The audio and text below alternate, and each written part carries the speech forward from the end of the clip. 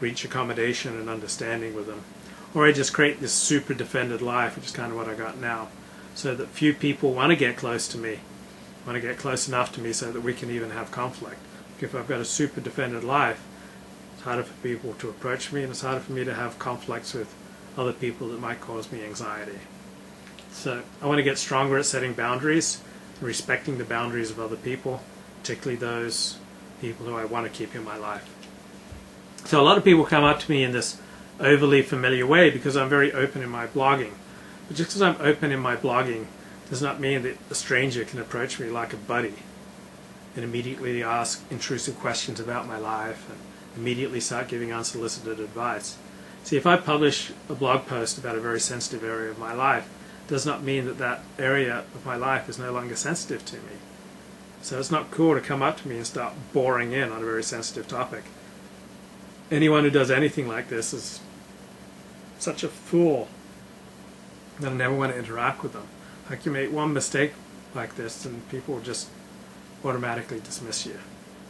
So by contrast, I immediately accord respect to a stranger who approaches me following the proper laws of decorum and courtesy. Their email is correctly spelled and punctuated. They say Mr. Ford, or they use my Hebrew name Levi. I like that. The use of my Hebrew name Levi kind of implies that we're mishpacha, that we're family. And I dig that, so long as you're not overly familiar. So Leviticus 16:1 says that Nadav and Abihu died when they approached Hashem. So democracy is a beautiful political system, but it's not necessarily the best moral system to apply to all forms of human interaction. So particularly traditional Jewish life is not democratic. It's hierarchical. In traditional Jewish life, those with the traditional learning are accorded the greatest respect. And those who don't know the Torah know that they're ignorant. Like, I don't mind if someone's dumb and they know they're dumb. I don't mind if someone's ignorant and they know they're ignorant. What bugs me is when I have to interact with people who are dumb or ignorant and they act like they don't know they're dumb or ignorant. So an ignoramus does not go up to a great sage and just start spouting his opinions, just as on a movie set or on a TV set, where I often worked as an extra. That's how I got my Screen Actors Guild card. We extras were often admonished to not even look directly at the stars. You know, they don't want to be bothered by someone staring at them. I have a tendency to stare way too much, just like, you know, at hot chicks in particular, and it often creeps people out.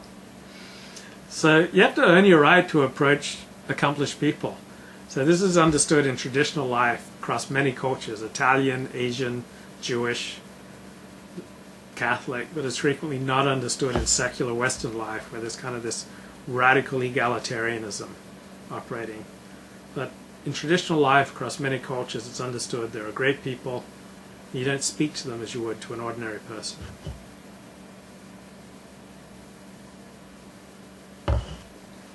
The sin of Nadav and Abihu, God killed them in a previous Torah portion, appears to be at least in part going where they should not.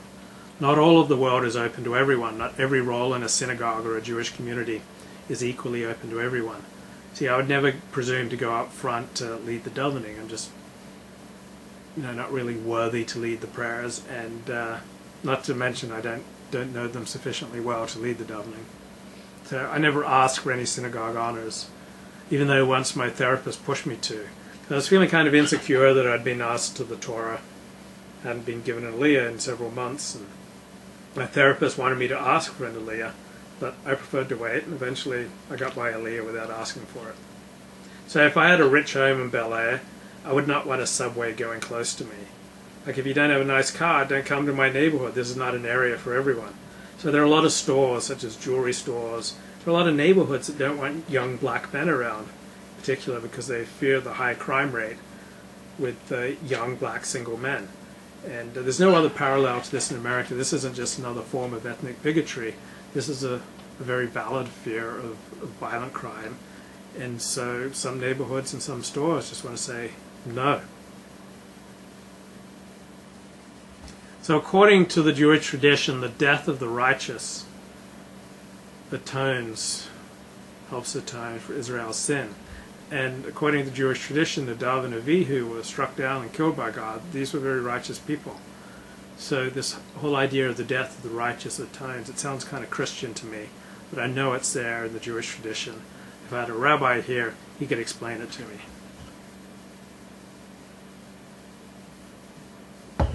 So I'm often sarcastic, and people often ask me, well, are you serious? Like when you say you have HIV, do you really have HIV? And I am now almost 45 years old, and I find that when people push me to reveal if I'm kidding, that person will be a never-ending source of more requests for clarification, and it's just not worth my time. Let me tell you about a previous girlfriend I had. So in many ways, she bugged me. Like she had a lot of contempt for vast areas of my life, and just for me in general.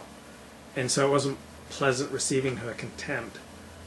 But for instance, she thought I was financially irresponsible because I had a high level of credit card debt at the time. And she had no interest in my work, no interest in my books, no interest in my blogging. And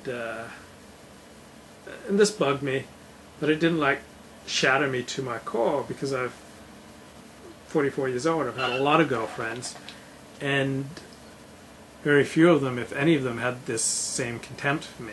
So because I was fairly solid in these areas, many of these areas that she had contempt for me, her contempt didn't rattle me that deeply. It bothered me because it's not pleasant to interact with someone who has contempt for you, but it didn't destroy me. On the other hand, I never once had to explain to this girl in at least a year of a relationship when I was being sarcastic. Never once had to explain. So I found that there are certain people out there who just understand and get it when I'm being sarcastic. And there are people who don't. So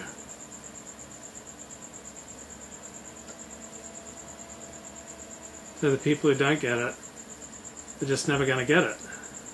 And so it's exhausting to have to explain, I was joking about having HIV, or I was joking about this or that. So on the one hand, it's rude not to answer people, were you serious or were you kidding when you said X, Y, Z? On the other hand, if I answer that person, they'll ask me the same question again and again and again. They'll just feel entitled, and instead of using their brain to figure out when I'm kidding, they'll just find it easier to ask me. So I find in life those who get my sarcasm, they need no explanation. Those who do not get my sarcasm will be a never-ending source of frustration for me to interact with. Generally best to refuse to answer them, and to set up boundaries that say, I'm not into explaining. Never complain, never explain is one slogan which I often adopt. So people who don't get sarcasm are not inherently bad people, they're not inherently dumb people.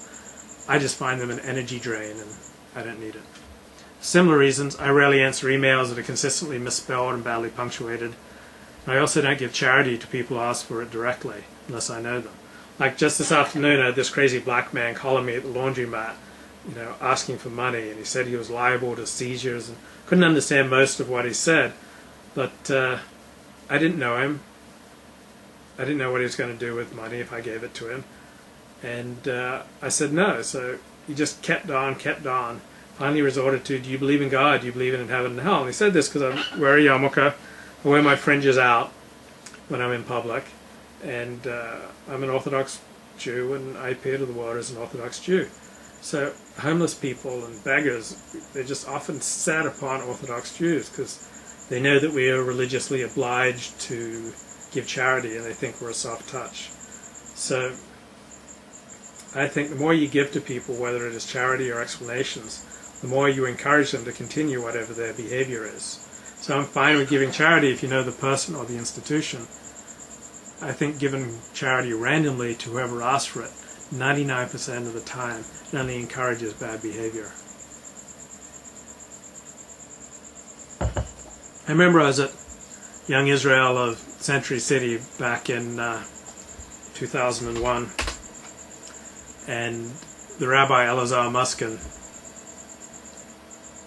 got up and spoke to us about this one homeless man or this one charity case who was